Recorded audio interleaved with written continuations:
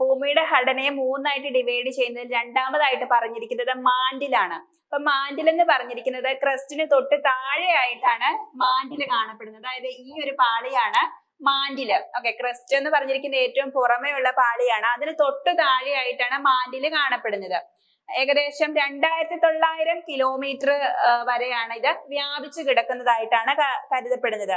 Mantle എന്ന് പറഞ്ഞിരിക്കുന്നത് 2900 kilometre വരെയാണ് ഇത് വ്യാപിച്ചു കിടക്കുന്നത്. അതുപോലെ തന്നെ മാന്റിലിനെ രണ്ടായിട്ട് ഡിവൈഡ് ചെയ്യുന്നുണ്ട്, രണ്ടായിട്ട് തിരിക്കുന്നുണ്ട്.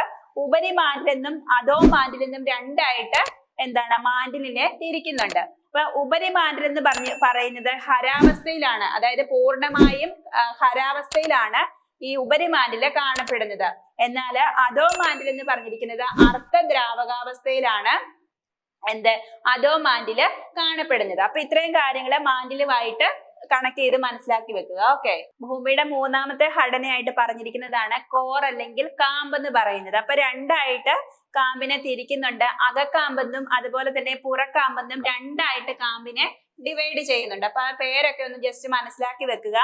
അകക്കാമ്പ് എന്ന് പറഞ്ഞിരിക്കുന്നത് ഖരാവസ്ഥയിലാണ് അകക്കാമ്പ് കാണപ്പെടുന്നത്. അതായത് ഭൂമിയുടെ മർദ്ദം മൂലമാണ് ഈ അകക്കാമ്പ് ഖരാവസ്ഥയിൽ കാണപ്പെടുന്നത്. അതുപോലെ തന്നെ പുറക്കാമ്പ് എന്ന് പറഞ്ഞിരിക്കുന്നത് ദ്രാവകാവസ്ഥയിലാണ്, പൂർണ്ണമായും ദ്രാവകാവസ്ഥയിലാണ് ഈ പുറക്കാമ്പ് കാണപ്പെടുന്നത്.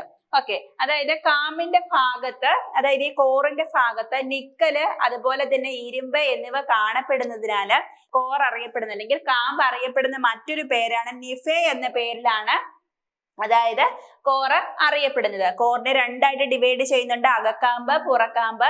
അകക്കാമ്പ് എന്ന് പറഞ്ഞിരിക്കുന്നത് ഖരാവസ്ഥയിലാണ്, അതായത് ഭൂമിയുടെ മർദ്ദം മൂലമാണ് ഇവിടെ ഈ അവസ്ഥ ഉണ്ടാകുന്നത്. അതുപോലെ തന്നെ പുറക്കാമ്പ് എന്ന് പറഞ്ഞിരിക്കുന്നത് ദ്രാവകാവസ്ഥയിലാണ്. അതുപോലെ തന്നെ ഇവിടെ കൂടുതലായിട്ടും കാണപ്പെടുന്നത് ഇരുമ്പും അതുപോലെ തന്നെ നിക്കലുമാണ്. അതുകൊണ്ട് തന്നെ അതായത് കാമ്പ് അറിയപ്പെടുന്ന മറ്റൊരു പേരാണ് നിഫെ. അപ്പൊ ഇത്രയും കാര്യങ്ങളാണ് ഭൂമിയുടെ ഘടനയുമായിട്ട് നമ്മൾ മനസ്സിലാക്കി വെക്കേണ്ടത്.